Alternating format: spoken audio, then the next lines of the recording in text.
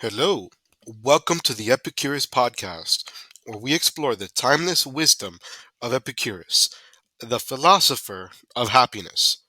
I'm your host, Andrew, and today we're diving deep into the life of the man himself, the one behind one of the most influential schools of thought in ancient Greece. Before we begin, I want to offer you something for free. Do you fear death? Like, are you scared of not just the process of dying, but actually being dead? A small dose of fear is healthy and natural, but for many people, it's beyond rationality because it affects their daily life and hinders them from enjoying every moment. If you struggle with the fear of death to the point where it's unhealthy and you have existential dread of being dead, I want to offer you something for free. It's my 10-day guide on how to overcome the fear of death, the Epicurean solution. You can get it for free by joining my Patreon using the link below. Just click on the link, join it for free. It's the free membership, the free version, and you can download it over in the collections. It should be called free guides or free resources. I hope to see you in the community.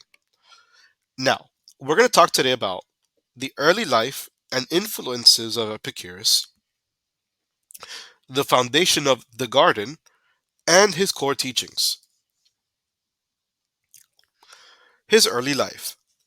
Epicurus was born in 341 BCE on the island of Samos, a colony of Athens. His parents were Athenian settlers, and his father was a schoolteacher, while his mother practiced healing rituals. You could say that even from a young age, Epicurus was surrounded by education and spirituality, though in forms that would later shape his own unique path. Now, the Greece that Epicurus was born into was a time of philosophical ferment. Plato and Aristotle had already left their mark, and the world was filled with different schools of thoughts, different philosophies, and they were in competition with one another. Epicurus would eventually set himself apart, but not without first engaging with some of these intellectual giants. At 18, Epicurus moved to Athens to complete his mandatory military service.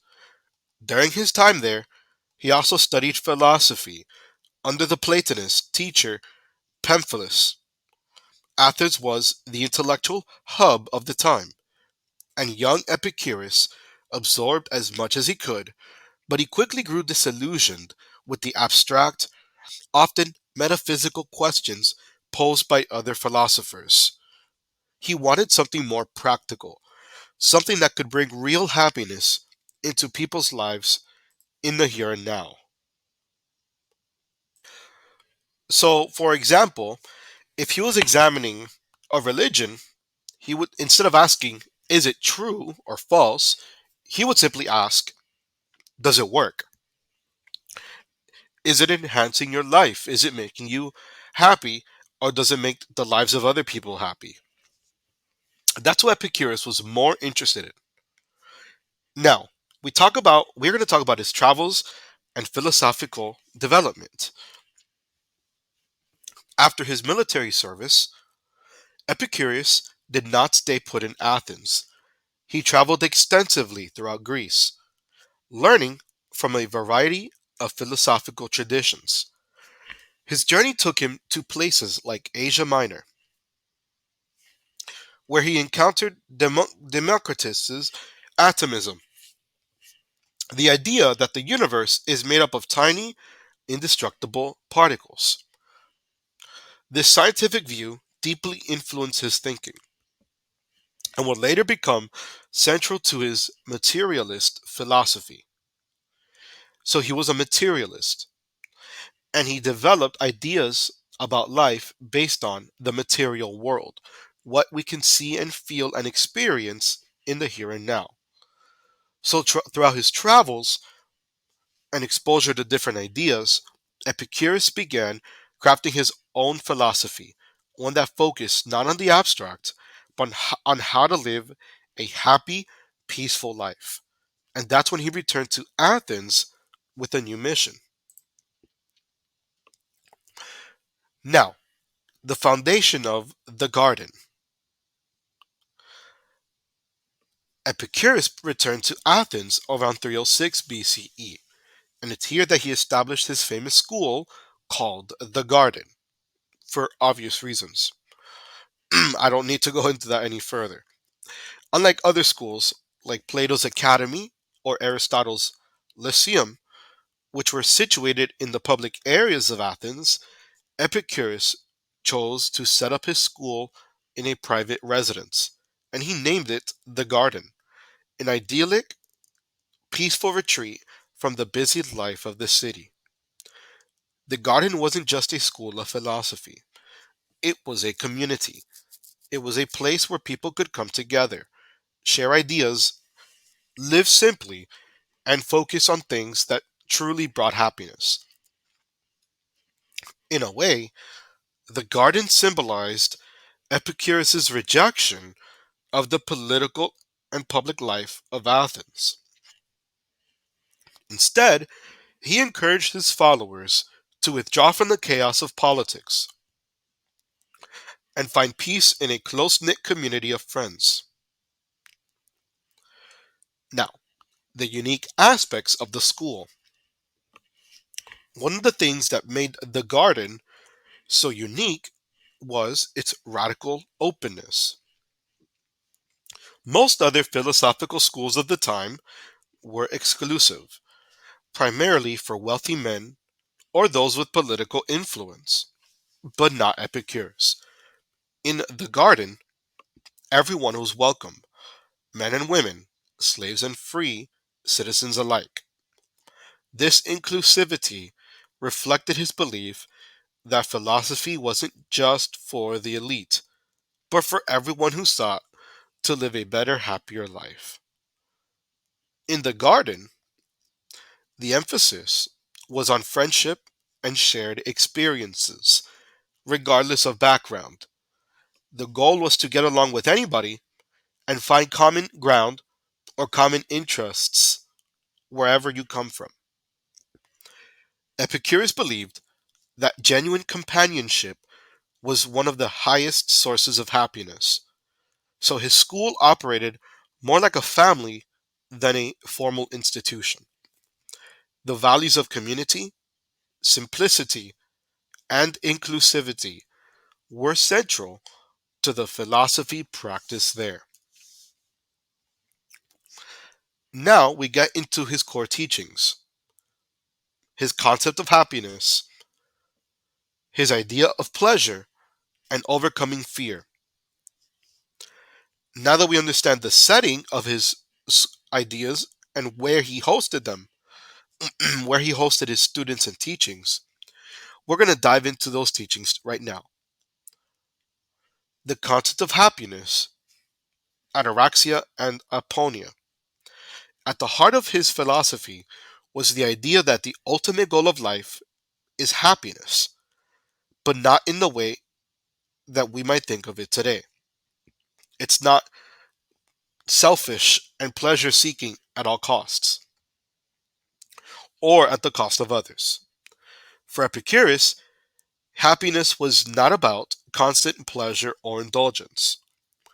It was about achieving ataraxia, which means tranquility or freedom from mental distress, and aponia, which means the absence of physical pain as much as possible. So, he was considered the philosopher of pleasure, but the word pleasure has a negative connotation.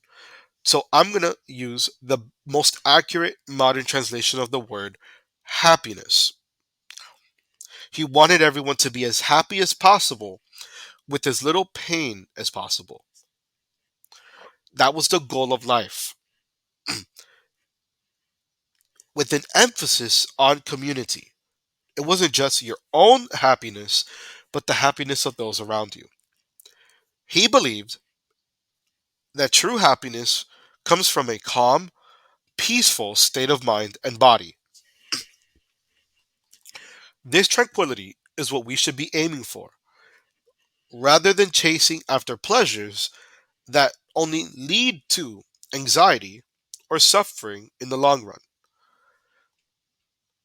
Having a binge drinking session and then getting hungover the following day leads to a little bit of pleasure, but then also causes a lot of pain in the long run.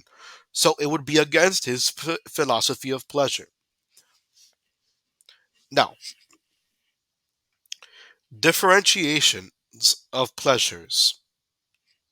Speaking of pleasure, he made an important distinction between the different types. Epicurus categorized pleasures into kinetic and static pleasure. Kinetic pleasures are the active ones, the ones we seek out, like eating when we're hungry or drinking when we're thirsty. These are good pleasures, but they are fleeting, which is fine. Nothing in life is permanent. Now, static pleasures are what Epicurus valued the most. These are the pleasures that come from simply being in a state of contentment, where there's no pain or desire pulling us in different directions. In other words, it's not about the pursuit of endless pleasure, but about being satisfied with what we already have. He encouraged people to focus on simple pleasures, like friendship, philosophical contemplation, and modest living, because these bring lasting contentment without the risks of anxiety or dissatisfaction. Now, we come to overcoming fear, specifically fear of the gods and the fear of death. And most fears that we have inevitably are the fear of that which will lead to death. But for the problem is for most people it's unnatural. It's too much to enjoy life. So, let's start with the fear of the gods or the supernatural or the fear of superstition. Epicurus did not deny the existence of gods, but he believed that if they do exist, they are completely indifferent to human affairs. The gods live in a state of perfect bliss, and they don't interfere with our lives. So, there's no reason to fear divine punishment or to live our lives according to superstitions. So, even though they exist, they're not involved. So, who cares? They don't care about us. We shouldn't care about them. The evidence for this is simply observing our world. Look how many children die of cancer. There's no divine intervention. Look how many people are being tortured and kidnapped without divine intervention. If you don't get up to go work and eat, there's a high chance you will end up homeless. There's no being bringing food to you from the sky. Life, practically speaking, is a constant state of survival, and we have to initiate most of our actions in order to survive. So, just from the natural world around us, even if there are gods, they're not involved in our lives. So that's the basic. That's not put in a intellect. That's not put in a sophisticated argument. It's just laying the groundwork for the foundation of this belief. The fear that there might be something out there or beings out there, but they're not active in our world today. Now we get to the fear of death, which is a reality for us all. Epicurus perhaps most was most famous for his view on death. He argued that death is nothing to us. When we're alive, death doesn't exist. And when we're dead, we no longer exist. So why fear it?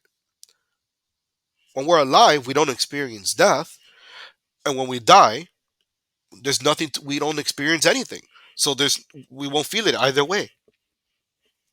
It means nothing to us. In his view, death is simply the end of sensation. There's no pain in death. There's no suffering, so there's nothing to fear. You're fearing now something that hasn't happened to you, and when it does happen, you won't be around to experience it. So it doesn't matter. Death only matters to those around you, to those who love you, until they end up dying anyway, and then it won't matter overall to the cosmic universe. This just simply tells us that things are temporary, and life is temporary. So you should enjoy your loved ones and cherish those who love you as long as possible. That's the goal of life. Now, this freedom from fear is central to the Epicurean pursuit of happiness. By removing the anxiety associated with death and divine judgment, we can focus on living a good life in the here and now, rather than worrying about what comes after. There's such a peace of mind knowing what's going to happen, and just accepting it as a natural part of the universe. So, there you have it. A deep dive into the Epicurean school of philosophy. This was episode 1 of my podcast, Understanding Epicurus. We went over his early life and influences, the foundation of the garden, and his core teachings. If you want my free guide on how to overcome the fear of death in 10 days, join my Patreon and you can download it for free at no extra cost to you. I hope this is practical and it helps you live your life with happiness. I hope to see you in the next episode. Take care, goodbye, and remember, live wisely.